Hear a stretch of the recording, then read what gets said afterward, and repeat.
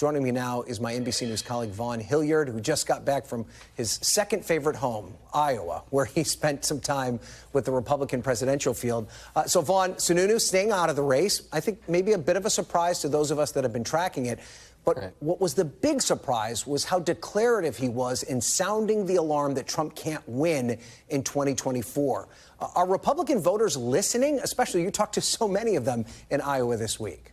Right. First of all, there's a receptiveness to candidates here, and folks are not pushing back against having choices. People generally like choices, and that is what is being given to them. And that's why at a cattle call event like we saw on Saturday, when the entire Republican field except for Donald Trump were there, they got to spend a whole afternoon listening to all of these candidates deliver 10-minute stump speeches. And there's nobody, Ryan, I think, that is galvanizing a movement at this point, much like 8 years ago, right? We were picking up on folks saying, we want Bernie Sanders, we want Bernie Sanders, which led all of us to be like, Hillary Clinton has a real challenger. This time around, it's not like you're meeting decisive DeSantis, or Nikki Haley, but I've talked to a great many folks who said that there's several of the candidates they like and they want to keep listening, which suggests that it is not declaratively going to be Trump this go-around, that there is competition. But when you have that diluted field, is there going to be anybody that is going to be able to create a political movement out of some of that support? So what is Trump world saying about the Sununu op-ed?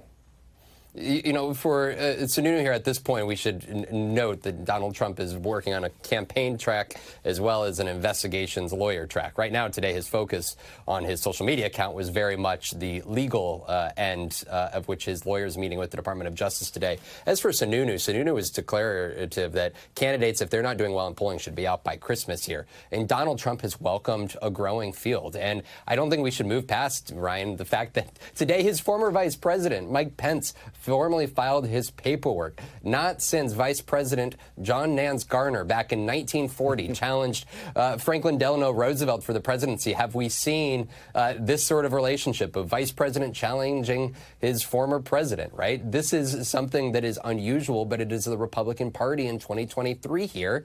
And frankly, the next 2 months are going to be significant as candidates try to qualify for the debate stage. But we're 8 months away from the Iowa caucus. That's not actually that much time. Yeah. It's such a great point. So many things involving Donald Trump, we just kind of paper over these kind of monumental things. And the idea that a former running mate would challenge the person that he ran with is pretty astounding. So let's talk about this field. You know, independent of Sununu, we're going to still have 11 candidates this week. Isn't this kind of exactly what Trump was hoping for? This is exactly what he was hoping for. And that, you know, he said last week, with Sean Hannity, that he likes the guy that's in 9th and 10th place, right? Because they take shots at the number 2 or number 3 candidate who they're trying to eclipse. I want to let you hear a little bit of Asa Hutchinson just this last hour. One of those candidates in this field as he talks and essentially justifies his own inclusion in this field, but also the merits of having a big field here at this point. Take a listen. The fact that 3 other candidates are jumping in there indicates that there's a wide open lane for a non-Trump candidate. And whenever you look at the number this year, it's about half of what it was in 2016. So it's a different year. People know Donald Trump. They're going to make their decision.